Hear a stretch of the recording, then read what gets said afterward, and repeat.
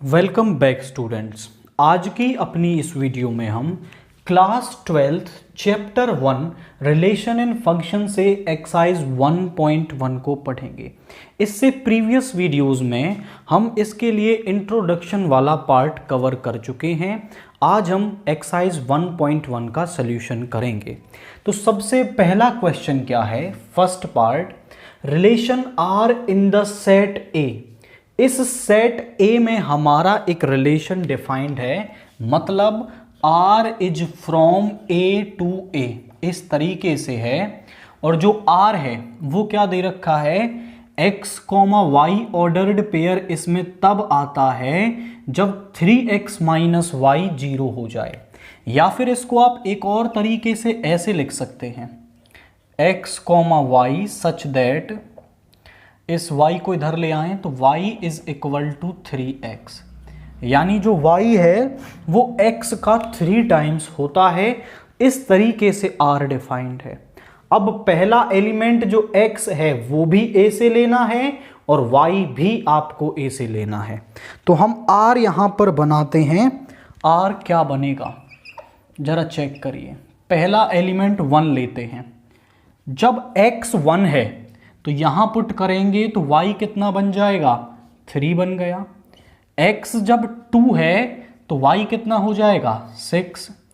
x जब 3 है तो y हो जाएगा 9, 4 है तो y हो जाएगा 12 और 5 है तो y हो जाएगा 15।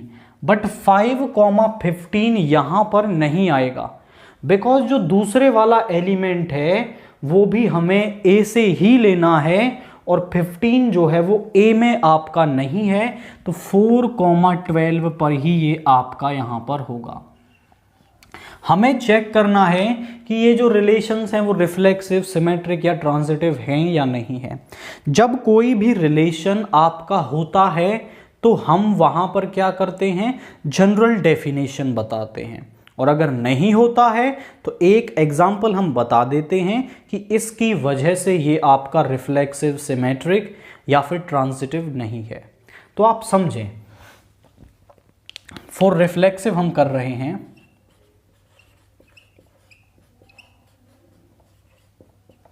यहां पर हमने मान लिया let A belongs to A, या फिर आप सीधा बताएं कि 1 बिलोंग्स टू A, कि यहां पर आपका 1 तो है बट R के अंदर 1,1 नहीं है।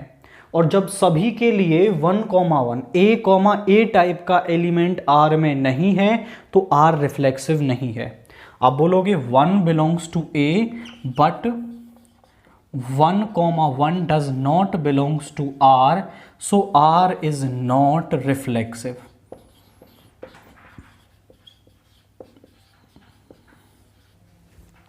Now for symmetric,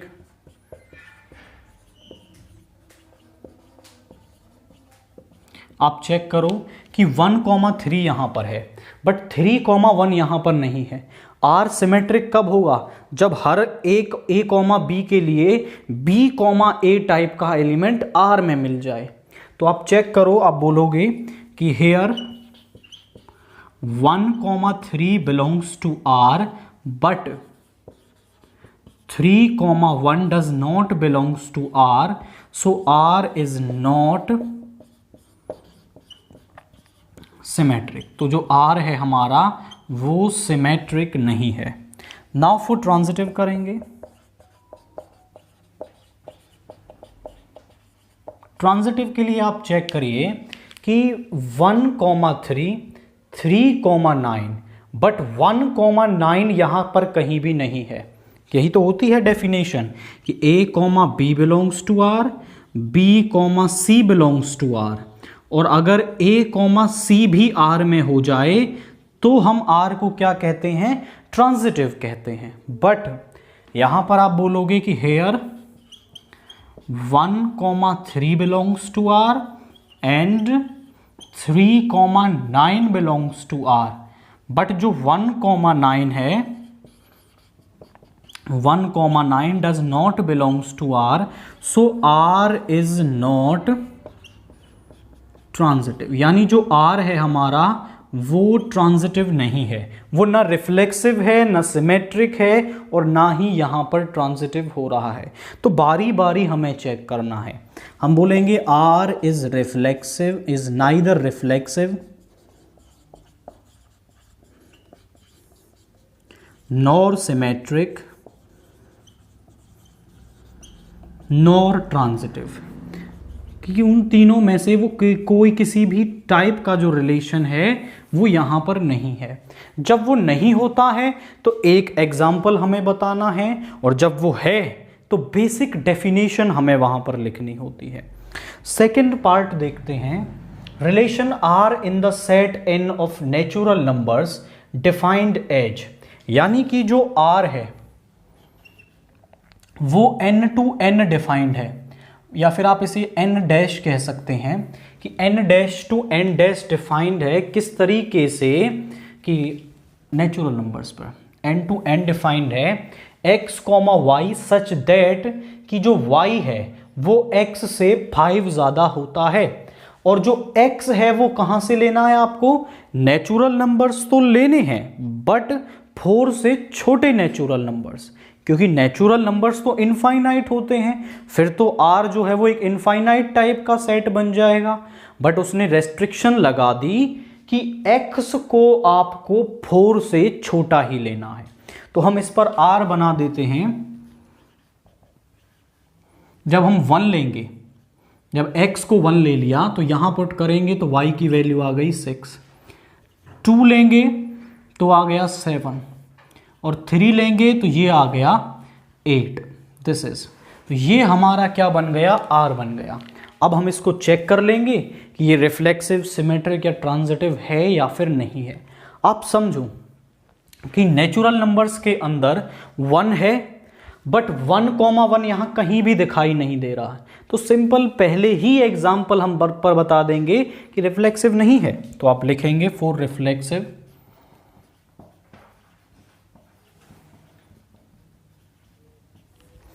1 belongs to n but 1,1 does not belongs to n, so R is not reflexive।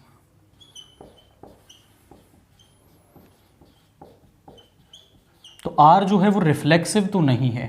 वो सिमेट्रिक कब होता है, जब हर a, b के लिए b, a यानी कि उसका रिवर्स एलिमेंट आपको वहां पर मिल जाए। यहां पर 1,6 है बट 6,1 यहां पर नहीं है, तो आगे चेक ही नहीं करना, पहले का ही नहीं मिला बस, इससे आगे चेक नहीं करना।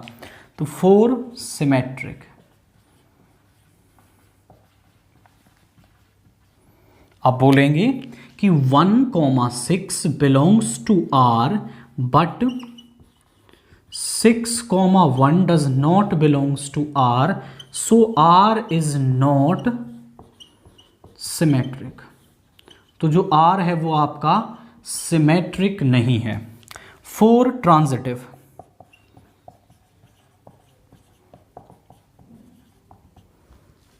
अब यहां पर देखिए कि A, B R में है, B, C R में है, और यदि A, C R में हो जाए तो हम उस रिलेशन को क्या कहते हैं, आपका ट्रांजिटिव कहते हैं। अब यहां पर देखिए 1,6, ऐसा ऑर्डर्ड पेयर ढूंढो जो 6 से शुरू होता हो, नहीं है। 2,7, 7 से स्टार्ट होने वाला भी नहीं है। 3,8, 8 से स्टार्ट होने वाला भी नहीं है। हमने एक पर्टिकुलर केस पढ़ा था कि अगर A, B R में है एंड B, C R में नहीं होता है तो हम ये चेक ही नहीं करते, we will not be checking कि जो A, C है वो R में होगा या नहीं होगा। वो हमेशा क्या होता है, आपका ट्रांजिटिव हो जाता है। तो आप लिखेंगे hair A, B belongs to R but B, C does not belongs to R, which implies A, C does not belongs to R, so R is transitive। ये केस आपको अपने माइंड में रखना है कि यहां पर यदि ऐसा केस बन रहा है कि A, B तो वहां पर है बट बी से स्टार्ट होने वाला कोई भी ऑर्डर्ड पेयर वहां पर नहीं है, तो उस केस में जो आर है आपका वो ट्रांजिटिव होता है। तो आर ट्रांजिटिव है, सिमेट्रिक नहीं है, रिफ्लेक्सिव नहीं है। आप लिखेंगे here R is transitive but neither reflexive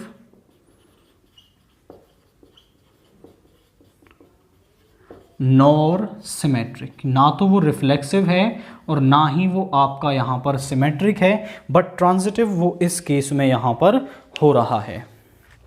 first का थर्ड पार्ट देखिए, relation R in the set A. इस सेट ए में जो रिलेशन है वो डिफाइंड है, मतलब R is from A to A defined है। आपका पहला एलिमेंट भी ए से लेना है और दूसरा एलिमेंट भी ए से लेना है। और x, y जो ऑर्डर्ड पेयर है वो R में कब आता है? जब जो पहले वाला एलिमेंट है वो दूसरे वाले एलिमेंट को डिवाइड करता है, यानी जो y है वो कंप्लीटली डिवाइड हो जाता है फर्स्ट वाले से, यानी उसको डिवाइड करने पर कोशेंट एक इंटीजर मिलता है, तब वो xy ऑर्डर्ड पेयर यहां पे आता है। और दूसरे वाला एलिमेंट भी आपको ए से ही लेना है, तो हम इसके लिए आर बना लेते हैं। ज़रा चेक करिए कैसे, कि 1 जो है वो 1 को डिवाइड कर देगा, डेफिनेटली कर देगा, तो 1,1 यहाँ आ जाएगा। 1 2 को भी डिवाइड कर देगा, तो 1,2 भी यहाँ आ जाएगा। 1 जो है वो 3 को भी डिवाइड कर देगा, 1 4 को भी, 1 5 को भी एंड 1 6 को भी। 2 जो है वो 1 को डिवाइड नहीं करेगा, तो 2,1 यहां नहीं आएगा। 2 जो है वो 2 को भी डिवाइड कर देगा, 2 4 को डिवाइड करेगा और 2 6 को डिवाइड करेगा। नाउ 3 जो है वो 1 को नहीं करेगा, 2 को नहीं करेगा, 3 को डिवाइड करेगा, 3 6 को डिवाइड करेगा, 4 1 2 3 किसी को नहीं करेगा, 4 को करेगा, 5 को नहीं करेगा, 6 को नहीं करेगा, 5 जो है वो केवल 5 को करेगा और 6 जो है वो केवल 6 को डिवाइड करेगा। अब जरा आप चेक करना है कि ये R बन गया। अब ये कौन से टाइप का रिलेशन है या नहीं है, आप चेक करो। 1 यहां पर है, 1,1 है, 2 है, 2,2 है, 3 है, 3,3, 4,4, 5,5, 6,6। यानी यहां के हर एक एलिमेंट के लिए वो खुद से रिलेशन रख रहा है, मतलब A के लिए A, टाइप का एलिमेंट मिल रहा है, सो R इज रिफ्लेक्सिव। अब ये रिफ्लेक्सिव है तो हमें यहां पर जनरल डेफिनेशन लिखनी होगी। कैसे? हम लिखेंगे for reflexive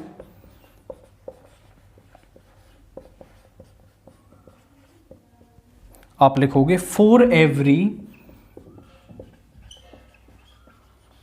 A belongs to A there exist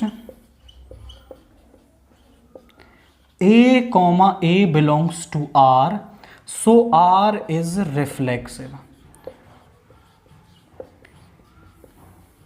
कि यहां पर जितने भी A हैं उनके लिए A, टाइप का एलिमेंट R में है, तो R जो है वो आपका रिफ्लेक्सिव यहां पर है। फॉर सिमेट्रिक हम करते हैं। अब सिमेट्रिक कब होता है? जब हर किसी का रिवर्स वहां पे, यानी A B से रिलेट है तो B A से होना चाहिए। 1,2 यहां पर है तो जरा चेक करो 2,1 कहीं दिखाई दे रहा है? नहीं है, आगे चेक ही नहीं करना।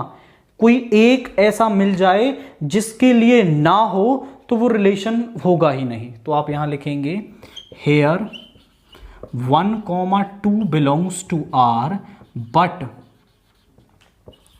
2,1 does not belongs to R, so R is not symmetric। तो जो R है हमारा वो सिमेट्रिक नहीं होगा। नाउ फॉर ट्रांजिटिव करते हैं।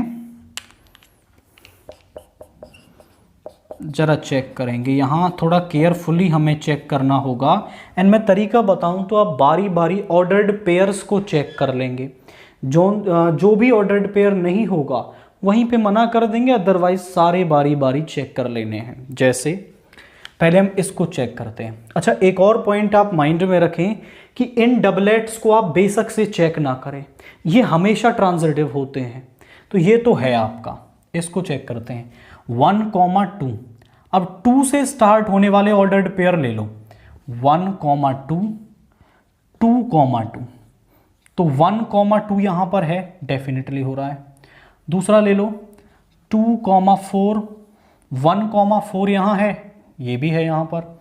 2, 6 ले लो 1, 6 है यहां पर है, और कोई तो 2 से स्टार्ट होने वाला नहीं है, यानी ये ऑर्डर्ड पेयर तो आपका ट्रांजिटिव हो रहा है। इसको चेक करते हैं हम नेक्स्ट वाले को 1, 3 से स्टार्ट होने वाले 3, यानी 1, 3 है यहां पर। फिर आप लोगे 3, 6 1, 6 भी है यहां पर, और तो कोई 3 से स्टार्ट होने वाला नहीं है, यानी ये भी हो रहा है। 1, 4 ले लो और 4, तो ये तो है 1, 4 भी यहां पर है, और इसके अलावा 4 से स्टार्ट होने वाला भी कोई नहीं है, तो आपका ये भी ट्रांजिटिव है। 1, 5 एंड 5, यानी 1, 5 यहां पर है, ये भी हो रहा है, और 1, 6 भी यहां पर है।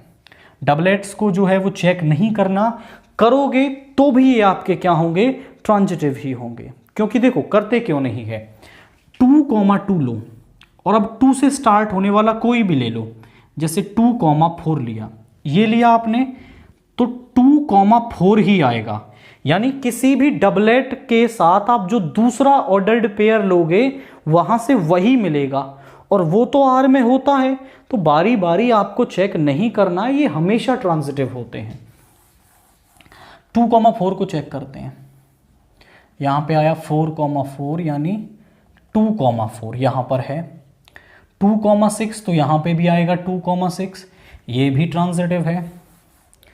3, 3 तो डबलेट है, ये तो होगा ही। 3, 6 और यहां पे आया 6, 6, यानी 3, 6 वो भी है, और ये तो ट्रांजिटिव होते ही हैं। यानी हमने बारी बारी हर ऑर्डर्ड पेयर को चेक कर लिया, तो सभी ट्रांजिटिव आ रहे हैं। अब आप रैंडमली चेक करोगे तो उसमें कई बार किसी भी ऑर्डर्ड पेयर को छूटने के चांसेस होते हैं। अब अगर एक ऐसा रह गया जो खुद ही नहीं था तो गड़बड़ हो जाएगी। तो आप बारी बारी से चेक कर लो, और ये जो खुद से रिलेट होने वाले ऑर्डर्ड पेयर्स हैं इनको आप बेशक से चेक ना करें, ये हमेशा ट्रांजिटिव होते हैं। तो हमने चेक किया तो सभी ट्रांजिटिव आ रहे थे। अब हम बेसिक डेफिनेशन को लिखेंगे, क्योंकि ये ट्रांजिटिव तो हमारे हैं, तो हम यहां लिखेंगे for every A, B belongs to R and B, C belongs to R, there exist A, C belongs to R, so R is transitive। यानी कि जो R है वो क्या हो रहा है आपका, रिफ्लेक्सिव है, नॉट सिमेट्रिक एंड ट्रांजिटिव है। तो आप लिखेंगे R is reflexive and transitive but not symmetric, कि यहां पर वो केवल सिमेट्रिक आपका नहीं है, इसके अलावा वो सारी प्रॉपर्टीज यहां पर सेटिस्फाई करता है। इसके बाद relation R in the set of all integers defined as, कि वो जो आर है वो डिफाइंड है आपका जेड टू जेड, यानी कि पहला इंटीजर भी जेड लेना है और दूसरा भी जेड लेना है, सेट ऑफ इंटीजर्स से लेना है। तो वो एक्स वाई ऑर्डर्ड पेयर जो है वो आर में कब आता है, जब इन दोनों का डिफरेंस एक इंटीजर आ जाए, तो वो जो ऑर्डर्ड पेयर है वो आर के अंदर होता है। अब जनरली पिछले क्वेश्चंस में हम आर यहां पे बना रहे थे, बट इस क्वेश्चन में आर बनाना पॉसिबल नहीं है, क्योंकि जो सेट जिस पर ये डिफाइंड है उसमें इनफाइनाइट एलिमेंट्स हैं, तो R बनाना तो यहाँ पॉसिबल ही नहीं है। तो जनरल डेफिनेशन से हम क्वेश्चंस को करेंगे कि जैसे फॉर रिफ्लेक्सिव हम करते हैं सबसे पहले। अब कोई भी रिलेशन जो है वो रिफ्लेक्सिव तब होता है जब A के लिए A, टाइप का एलिमेंट R में मिल जाए। अब A, जो है R में कब होगा? जब A माइनस A आपको क्या मिल जाए? इंटीजर मिल जाए। तो फिर आप कह पाओगे कि A, R में है। आप समझो, हम बोलेंगे let A belongs to Z, या फिर for all A minus A जो है वो क्या होगा? 0 होगा। और 0 क्या होता है? इंटीजर होता है। अब आप कोई भी ऐसा ऑर्डर्ड पेयर ले लो, 1, 1, 2, 2, 3, 3, सभी का जो डिफरेंस है वो 0 आएगा, और जो एक इंटीजर होता है तो आप लिखोगे विच इज इंटीजर।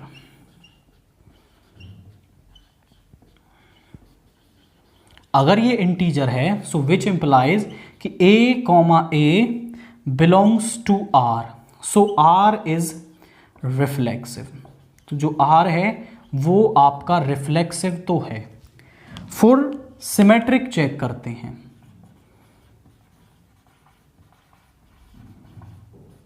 कोई भी जो रिलेशन है वो सिमेट्रिक तब होता है जब A, B R में हो और B, A भी आपका R में हो, तो उस रिलेशन को हम क्या कहते हैं? आपका सिमेट्रिक कहते हैं।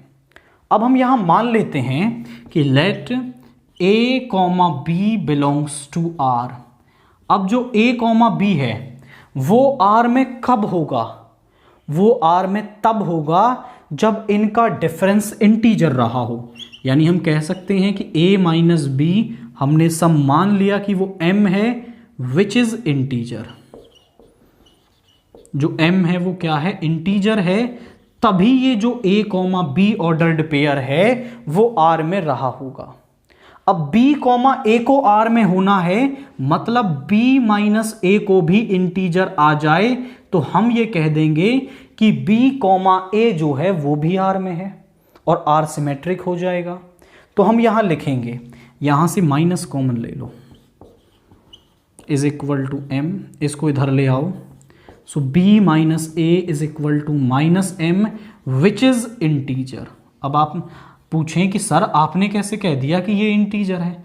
आप समझ लो, मान लो कोई इंटीजर ले लो आप 2, और उसका नेगेटिव कर दोगे -2, इंटीजर होता है। या फिर ये नेगेटिव रहा हो तो प्लस का 2 भी इंटीजर होता है। यानी किसी भी इंटीजर का नेगेटिव से मल्टीप्लाई करने पर भी हमें एक क्या मिलेगा? एक इंटीजर ही मिलेगा।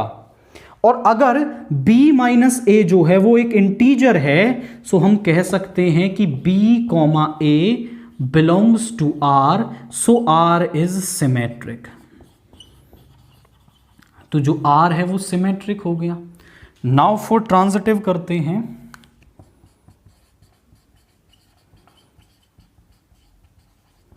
Late A, B belongs to R and B, C belongs to R। अब A, B R में है, B, C R में है। तो अगर A, C R में आ जाए तो हम कह देते हैं कि R जो है वो आपका ट्रांजिटिव है। अब A, B के R में होने का मतलब क्या है? कि A minus B is equal to M, some integer है, एंड B, C का मतलब है ये N, ये भी सम इंटीजर है। कि B माइनस C भी इंटीजर है और A माइनस B भी इंटीजर है। दोनों को ऐड कर दो तो यहां पे आएगा A minus B plus B minus C is equal to M plus N, और वो भी क्या होगा? एक इंटीजर आपके पास होगा। बिकॉज किन्हीं भी दो इंटीजर्स को ऐड करने पर हमें हमेशा एक इंटीजर ही मिलता है। तो अगर M भी इंटीजर था, N भी इंटीजर था, तो M प्लस N भी इंटीजर ही रहेगा। और यहां B से B कैंसिल हो गया। So a minus C is equal to m plus n, यानी कि एक इंटीजर। तो अगर a माइनस सी इंटीजर आ रहा है तो हम कह देंगे कि a comma C belongs to r, so r is transitive. तो जो r है वो क्या होगा, हमारा ट्रांजिटिव होगा। r जो है वो रिफ्लेक्सिव भी है, सिमेट्रिक भी है एंड ट्रांजिटिव भी है। तो यहां पे आप लिखेंगे r is reflexive, symmetric and transitive. और ऐसे रिलेशन को हम क्या कहते हैं, उसको हम कहते हैं इक्विवेलेंस रिलेशन। तो ये जो R है आपका वो एक इक्विवेलेंस रिलेशन है, क्योंकि वो तीनों ही टाइप्स का क्या है, यहां पर एक रिलेशन है।